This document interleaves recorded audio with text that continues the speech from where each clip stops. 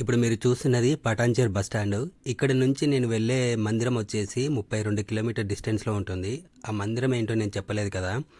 నవాబ్పేట్ మండలం, వికారాబాద్ డిస్టిక్లో ఎల్లకొండ అనే విలేజ్లో కొలువై ఉన్న పార్వతీ పరమేశ్వర మందిరం అండి. చాలా అద్భుతమైన మందిరము. ఈరోజు మనమందరము ఆ మందిరానికి వెళ్దాము. మందిరంలో ఉన్న స్వామివారిని, అమ్మవారిని దర్శనం చేసుకుందాము. నేను పటాన్చేరు నుంచి ఆ మందిరానికి వెళ్ళడానికి శంకరపల్లి అనే ఏరియాకి వచ్చాను. అంటే ఇది వికారాబాద్ వెళ్ళే రూట్లో శంకరపల్లి అనే ఏరియా ఉంటుంది.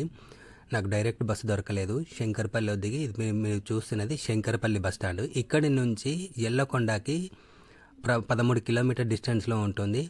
20 రూపాయల ఛార్జ్ అండి. నేను ఆర్టీసీ బస్సులో వెళ్తున్నాను.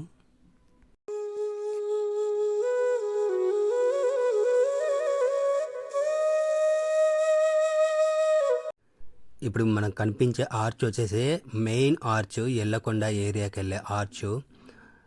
ఇటు సైడ్ వెళ్తే వికారాబాద్ డిస్టిక్ వెళ్ళొచ్చు. మనం వచ్చింది పటాన్చేరు నుంచి వచ్చాము. ఈ రూటేనండి, ఇది పటాన్చేరు నుంచి వచ్చిన ఏరియా. సో మనం ఇక్కడ నుంచి 2.5 కిలోమీటర్స్ ఉంటుంది మందిరానికి. అక్కడ ఏ వెహికల్స్ లేవు. సో బై వాక్లో నేను మందిరానికి చేరుకుంటాను. ఫుల్ వర్షం పడుతుంది. ఈ ఎల్లకొండ ఆర్చ్ నుంచి టెంపుల్కి 2 కిలోమీటర్ డిస్టెన్స్లో ఉంది. వెహికల్స్ ఏమీ లేవు. లోపలికి నడుచుకుంటూ వెళ్తున్నాను విలేజ్ వరకు. ఇప్పుడు కనిపించే కొండనేనండి ఎల్లకొండ పార్వతీ పరమేశ్వర స్వామి కొలువై ఉన్న దేవస్థానం.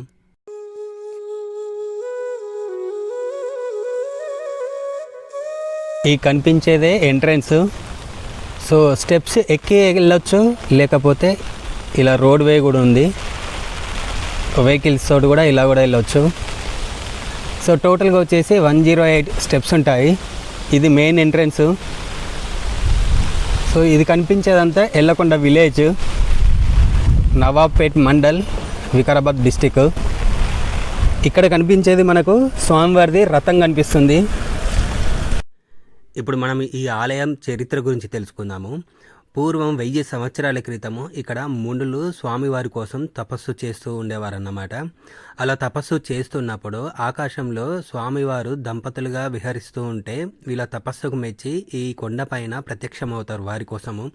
అలా ప్రత్యక్షమైనప్పుడు వాళ్ళు ఒకటే కోరుకుంటారు, మీరు స్వయంభుగా ఈ కొండపైన వెలిసి భక్తులని ఆశీర్వదించాలని కోరుకుంటారు అన్నట్టు. వాళ్ళ కోరికను మన్నించి స్వామివారి ఇక్కడ స్వయంభుగా వెలిశారు. అది పూర్వం 1000 సంవత్సరాల క్రితం జరిగింది.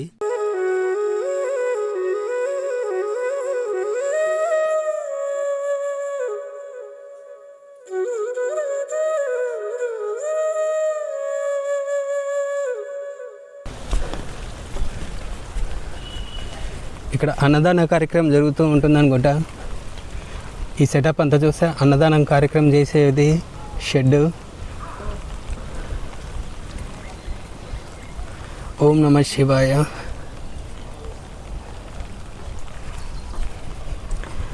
ఫుల్గా వర్షం పడుతుంది.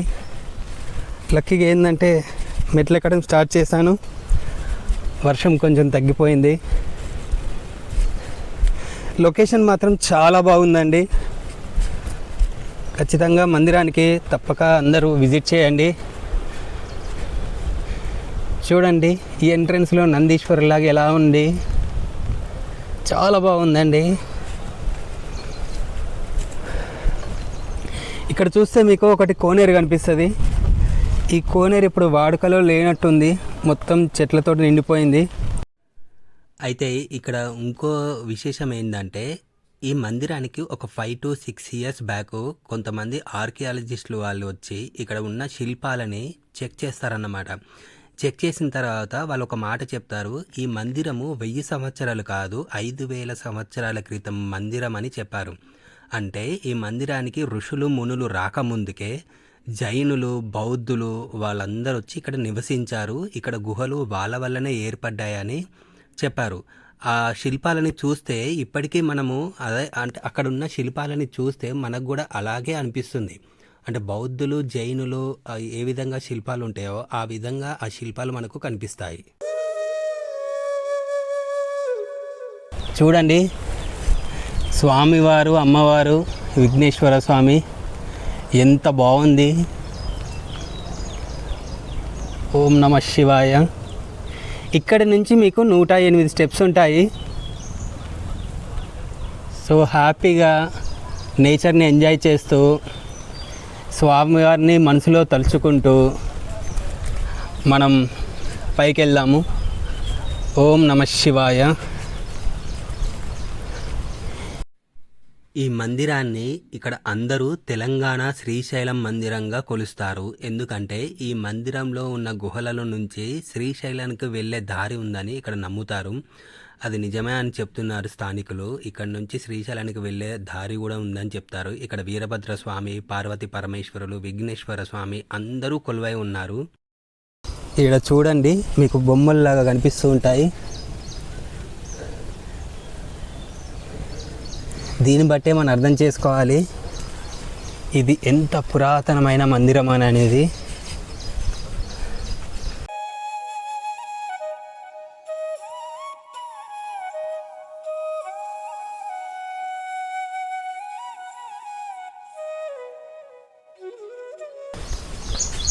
ఆహా, వీరభద్ర స్వామి.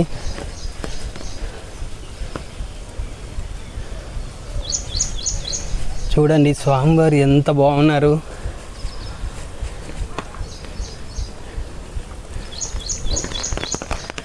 పైన నాగుపాము, త్రిశూలం, డమరుకం.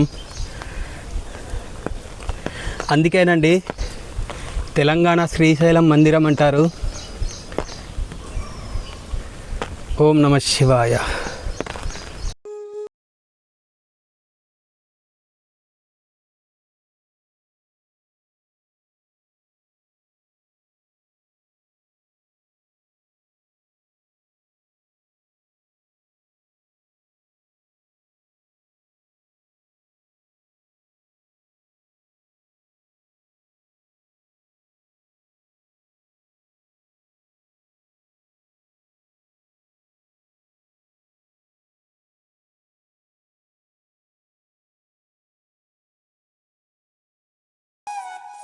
చూడండి ఈ శిల్పాలు మనకి ఎక్కువ బౌద్ధులు, జైనులు వాళ్ళ దగ్గర ఇలాంటి శిల్పాలు కనిపిస్తాయి మనకి.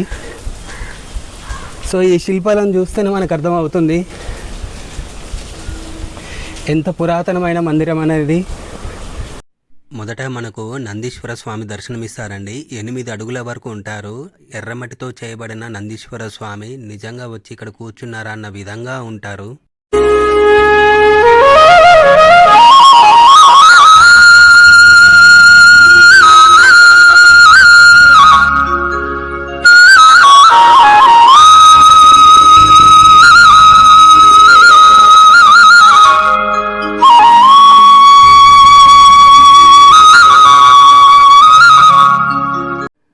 మీకు ఈ కొండ పైన ఎక్కడ చూసినా కూడా చిన్న చిన్న గుహలు కనిపిస్తూ ఉంటాయి. అందులో శివలింగాలు కనిపిస్తూ ఉంటాయండి. ఆ చిన్న చిన్న గుహలు అప్పట్లో ఆ జైనులు, బౌద్ధులు తపస్సు చేసుకోవడానికి ఏర్పాటు చేసుకున్న గుహలండి. వాళ్ళు మన ఋషులలాగానే, అంటే వాళ్ళు ఒక పద్ధతిలాగా ఉండేదండి, ఒక డిఫరెంట్ లాగా. అంటే వాళ్ళకు చిన్న ప్లేస్ అయినా పర్లేదు తపస్సు చేసుకోవడానికి అని, ఒక చిన్న ప్లేస్ అయినా పర్లేదు అన్నట్టుగా చిన్న చిన్నగా ఉంటాయండి వాళ్ళది. అంటే ఇరుకుటమైనా పర్లేదు అన్నట్టుగా వాళ్ళు చిన్న చిన్న ప్లేస్లో అలా తపస్సు చేస్తూ ఉండేవాళ్ళు. అది వాళ్ళు ఏర్పాటు చేసుకున్న గుహలండి. అంటే అప్పట్లోనే ఇక్కడ జైనులు, బౌద్ధులు ఉన్నారని మనకు అర్థమవుతుంది. ఇక్కడ మీరు ఏ చెట్టు చూసినా, ఏ పుట్ట చూసినా, ఏ రాయిని చూసినా ఆ పార్వతీ పరమేశ్వరులు వచ్చి కొలువై ఉన్నారా అన్న ఆ అనుభవం కలిగిస్తుందండి. ఆ కొండపైకి వెళ్తే చాలా ఆహ్లాదకరంగా, చాలా హ్యాపీగా అనిపించిందండి నాకు ఈ కొండ చూసినప్పుడు.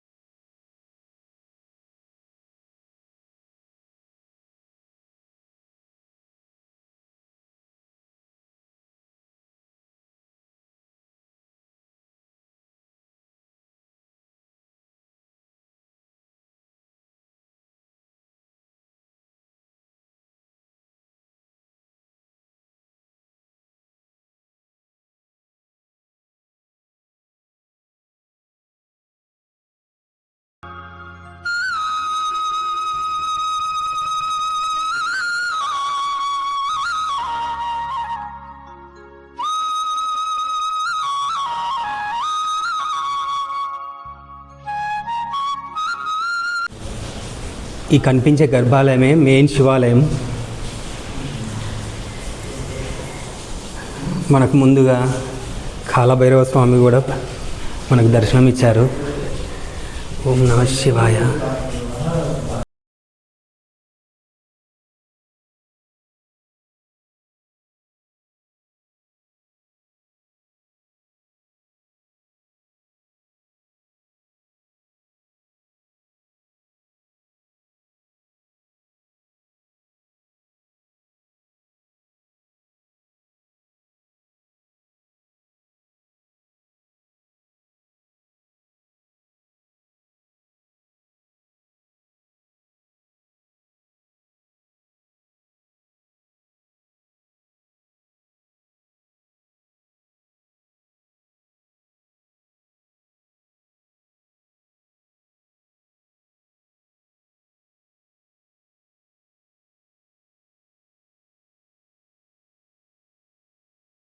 నమస్కారం.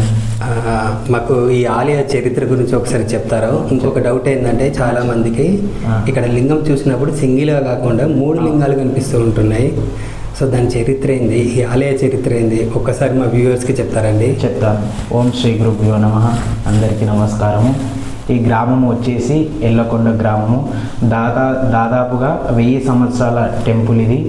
పార్వతీ పరమేశ్వరుడు స్వయంభూగా వెలిసిన టెంపుల్. ఇక్కడ శివుడు, అక్కడ పక్కనే అమ్మవారు కూడా మనకు దర్శనమిస్తారు. అయితే త్రిలింగ స్వరూపంలో ఎందుకున్నారంటే అప్పుడు పూర్వీకులు కూడా మహామునులు ఋషులు కూడా ఇక్కడ ధ్యానం చేశారు. అప్పుడు పరవశమే స్వామి కూడా వాళ్ళకు దర్శనమిచ్చి నేను ఇక్కడనే స్వయంభూగా వెలుస్తాను, త్రిలింగ స్వరూపంలో కూడా నేను రానున్న కాలంలో ప్రతి ఒక్కరికి కూడా దర్శనమిస్తాను. అందుకే ఇక్కడ 3 లింగాలకు మనకు దర్శనం ఎందుకు ఇస్తుందంటే అక్కడ కుడి పక్కనున్న లింగము బ్రహ్మలింగము, ఎడమ దిక్కున్న లింగము విష్ణులింగము, అక్కడ మధ్యల లింగము మనకు పరమేశ్వరుడు దర్శనమిస్తాడు. మనకు శ్రీశైలంలో ఏ విధంగా స్వామివారు మల్లికార్జున స్వామివారు అలాగే బ్రహ్మరాంబిక మాతగారు ఎలాగో పక్కపక్కన దర్శనమిస్తారు, ఇక్కడ కూడా మన ఎల్లకొండ గ్రామంలో కూడా శివుడు అలాగే ఒకటే దేవస్థానంలో మనకు పార్వతీదేవి అమ్మవారు కూడా దర్శనమిస్తాడు. ఇక్కడ ప్రతి ఒక్కరు కూడా చాలామంది వచ్చి మొక్కులు కూడా తీర్చుకుంటారు, కోరిన కోరికలు కూడా చాలా నెరవేరుతాయి. ఇక్కడ ఇంకో విశేషం ఏంటంటే మళ్ళీ ఇక్కడ చాలా 1000 సంవత్సరాల క్రితం కూడా ఇక్కడ నుంచి మన శ్రీశైలం వరకు కూడా వెళ్ళే మార్గం కూడా గుహదారి ఉంటుంది. ఓం నమః శివాయ. పూజారి గారు, అంటే ఎలాంటి కోరికలు నెరవేరాయండి ఇప్పటివరకు భక్తులకి? ఒకసారి అది కూడా మాకు క్లియర్గా చెప్తారా? ఇక్కడ చాలామంది కూడా వివాహాలు ఇబ్బందులు ఉన్నందువల్ల కూడా వాళ్ళు ఇక్కడ అమ్మవారికి మొక్కు తీర్చుకోవడం కానీ, ఆ మొక్కు తీర్చుకోవడం సంవత్సరంలో ఇక్కడ పందిరి కూడా వేస్తారు వివాహం కార్యమానికి. వారికి 6 మాసంలో లేదా 1 సంవత్సర కాలంలో పందిరి వేసిన పూజ చేసిన పిమ్మట సంవత్సరం లోపు వారికి పెళ్లి కుదిరి కూడా వివాహం చాలామందికి జరిగాయి. అలాగే ఇక్కడ సంతానం లేని వారికి కూడా 5 వారాలు అమ్మవారికి ముడుపు పూజ మొదటి రోజు కట్టుకొని 5 వారాలు తిరిగితే వారికి సంతానం కూడా కలుగుతుంది. పండుగలప్పుడు కానీ ఏమన్నా చేస్తారండి? జరుగుతాయి. మనకు శివరాత్రి ఉత్సవాలు జరిగిన తర్వాత అప్పుడు మనకు ఒక వారం తర్వాత నుండి మనకు దాదాపుగా ఒక 3 వారాలు నెల వరకు కూడా ఇక్కడ స్వామివారికి బ్రహ్మోత్సవాలు చాలా ఘనంగా జరుగుతాయి. మొదటిగా అభిషేకాలు, తర్వాత అగ్నిగుండాలు, తర్వాత అమ్మవారికి అభిషేకాలు, వడిబియ్యాలు కార్యక్రమాలు, అలాగే చివరి రోజు 2వ రోజు కళ్యాణం జరుగుతుంది శివపార్వతులది. అలాగే 3వ రోజు ఊరు గ్రామం రథోత్సవం కూడా చాలా అద్భుతంగా జరుగుతుంది. ఎక్కడో నుంచి కూడా ఇక్కడికి వచ్చి స్వామివారిని దర్శించుకుంటారు. సంతోషం శివుడు. పూజారి గారు, ఓం నమః శివాయ.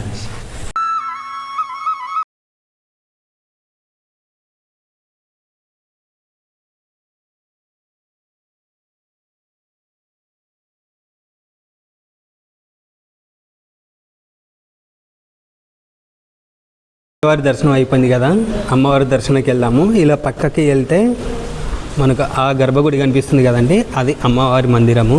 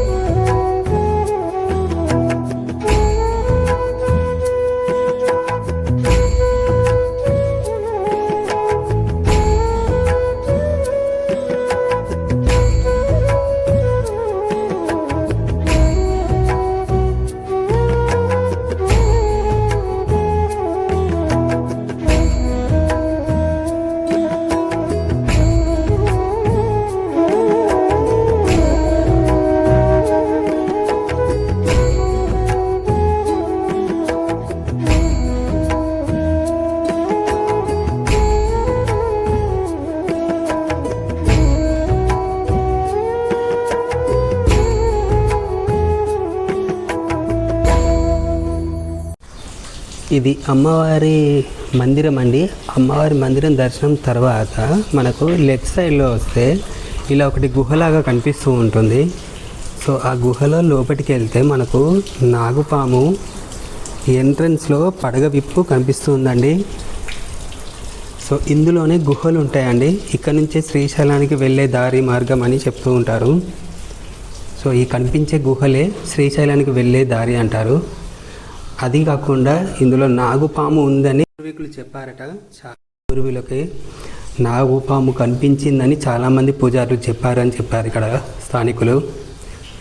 ఇక్కడ చూస్తే మీకు మళ్ళీ శివలింగం కనిపిస్తారు.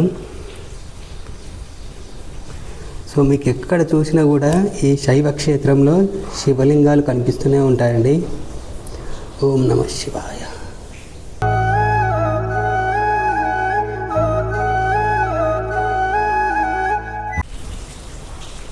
అమ్మవారి దర్శనం అయిపోయిన తర్వాత పక్కన చిన్న గుహలాగా ఉంటుంది. ఈ గుహలో మనకి ఇలా స్వామివారి నాగుపాము కనిపిస్తారు, వాసుకి గారు. సో ఇలా పడగ విప్పి కనిపిస్తుంది. పక్కన రెండు మీకు చిన్న గుహలు ఉన్నాయి కదా, ఈ గుహల నుంచే శ్రీశైలంకి వెళ్ళే దారని ఇక్కడ స్థానికులు చెప్తూ ఉంటారు. అది కాకుండా ఈ గుహలో ఇప్పటికీ నాగుపాము ఉందని ఇక్కడ పెద్దలు అంటే పూర్వీకులు పూజారులు ఉంటారు కదా, వాళ్ళకి చాలామందికి ఇక్కడ నాగుపాము కనిపించిందని గుహలో ఉందని ఇప్పటికీ చెప్తూ ఉంటారు. అందుకే ఈ గుహలోకి ఇప్పుడు ఎవరిని పంపించట్లేదు. చూడండి, నిజంగా స్వామివారు ఇక్కడ వచ్చి పడగ విప్పి ఉన్నారు అన్న విధంగా ఉందండి. నాకైతే అదే ఫీలింగ్ అనిపిస్తుంది. ఇక్కడికి వస్తే చాలా ప్రశాంతంగా ఉంది మందిరము.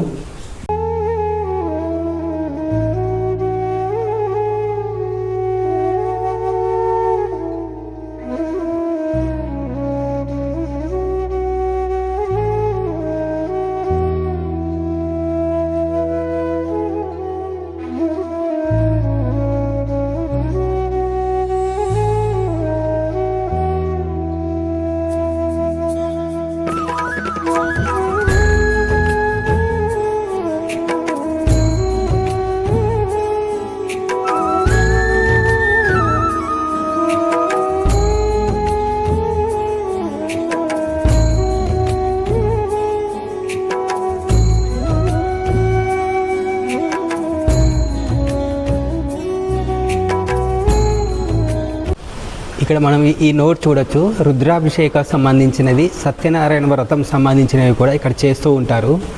సో అందుకే ఇక్కడ మనకు ఇలా సత్యనారాయణ పీటలు కూడా ఏర్పాటు చేశారు. వాళ్ళు వ్రతాలు కూడా చేస్తూ ఉంటారు ఇక్కడ.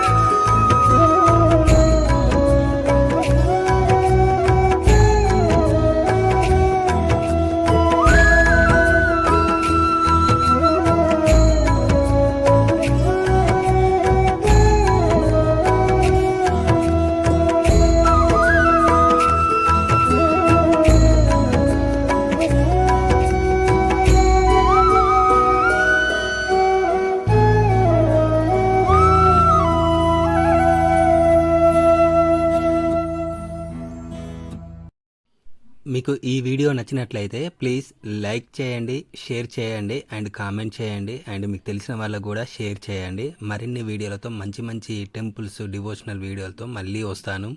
అప్పటి వరకు సెలవు. At Shiva journey. ఓం నమ శివాయ. మళ్ళీ కలుద్దాం.